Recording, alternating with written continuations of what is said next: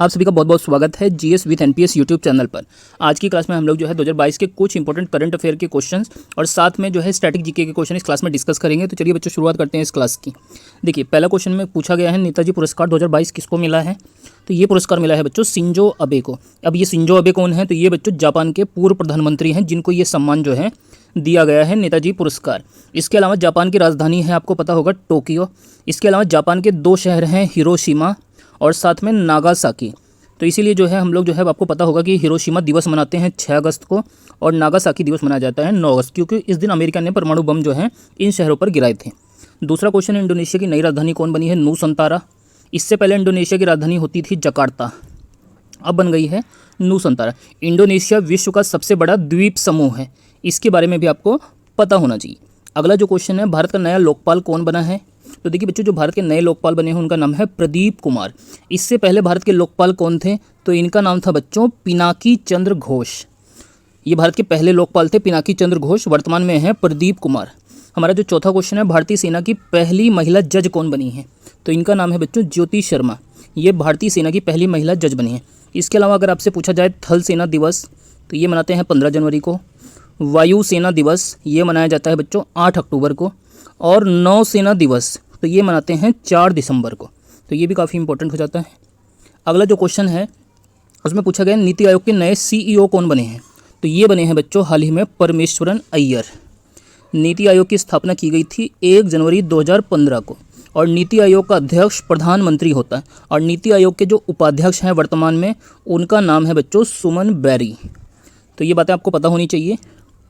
भारत के पहले सहकारिता मंत्री कौन बने हैं। तो इनका नाम है बच्चों अमित शाह। ये भारत के गृह मंत्री हैं और साथ में इसके जो है सहकारिता मंत्री के पद पर भी हैं।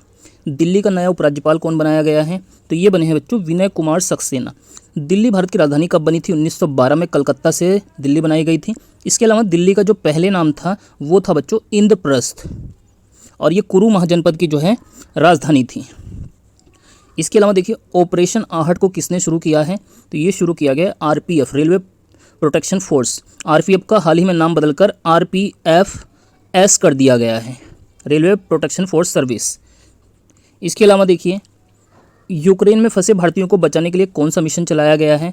तो ये चलाया गया बच्चों ऑपरेशन गंगा। जो यूक्रेन में भारतीय फंस गए थे रूस और यूक्रेन के युद्ध के कारण, उनको बचाने के लिए ऑपरेशन गंगा चलाया गया। अगर आपसे रूस की राजधानी पूछ ली जाए तो रूस की राजधानी है बच्चों मॉस्को, लेकिन अगर पूछे यूक्रेन की राजधानी क्या है तो ये है बच्चों कीव। नेक्स्ट जो हमारा क्वेश्चन है अफगानिस्तान में फंसे भारतीयों को बचाने के लिए कौन सा अभियान चलाया गया था। तो इसका नाम था बच्चों ऑपरेशन देवी शक्ति।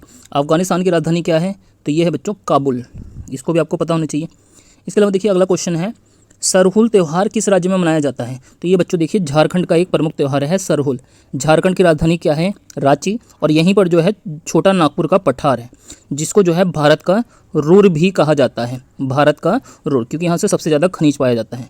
इसके अलावा देखिए त्रिशूर पूरम त्यौहार कहाँ पे मनाते हैं। तो ये केरल राज्य में मनाया जाता है त्रिशूर पूरम। केरल में ही आपको पता होना चाहिए साइलेंट वैली स्थित है। साइलेंट वैली कहाँ है, साइलेंट वैली है केरल राज्य के अंदर। इसके अलावा लोसर त्यौहार कहाँ मनाते हैं, तो ये लद्दाख में मनाया जाता है और लद्दाख में है बच्चों हेमिस राष्ट्रीय उद्यान जो भारत का सबसे बड़ा राष्ट्रीय उद्यान है।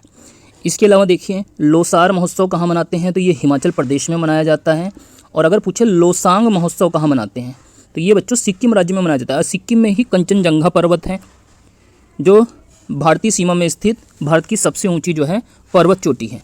इसके अलावा देखिए हॉर्नबिल त्यौहार कहाँ मनाते हैं। तो देखिए बच्चों हॉर्नबिल एक पक्षी होता है, इसके लिए जो है नागालैंड में ये त्यौहार मनाया जाता है। पक्षियों के हृदय में कितने कक्ष होते हैं, 4 होते हैं। मनुष्य के हृदय में भी 4 होते हैं। इसके अलावा मछलियों के हृदय में अगर पूछा जाए कितने कक्ष होते हैं, तो 2 कक्ष होते हैं मछलियों के हृदय में। मेढक के हृदय में 3 कक्ष होते हैं। इसको भी आपको नोट कर लेना चाहिए। अगला देखिए क्वेश्चन पूछा गया डूरंड कप 2022 हाल ही में किसने जीता है। तो पहले देखिए डूरंड कप का संबंध होता है बच्चों फुटबॉल से।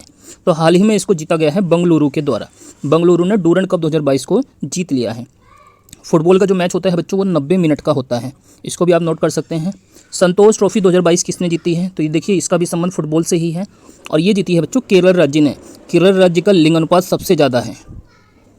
इसके अलावा देखिए अगला जो हमारा क्वेश्चन है फीफा विश्व कप 2022 कहाँ पर होगा। तो ये होगा बच्चों कतर। कतर की राजधानी क्या है, दोहा। यहाँ पे फीफा विश्व कप 2022 होंगे। और आपसे पूछे फीफा विश्व कप 2026 कहाँ पर होंगे, तो ये होंगे बच्चों उत्तरी अमेरिका में।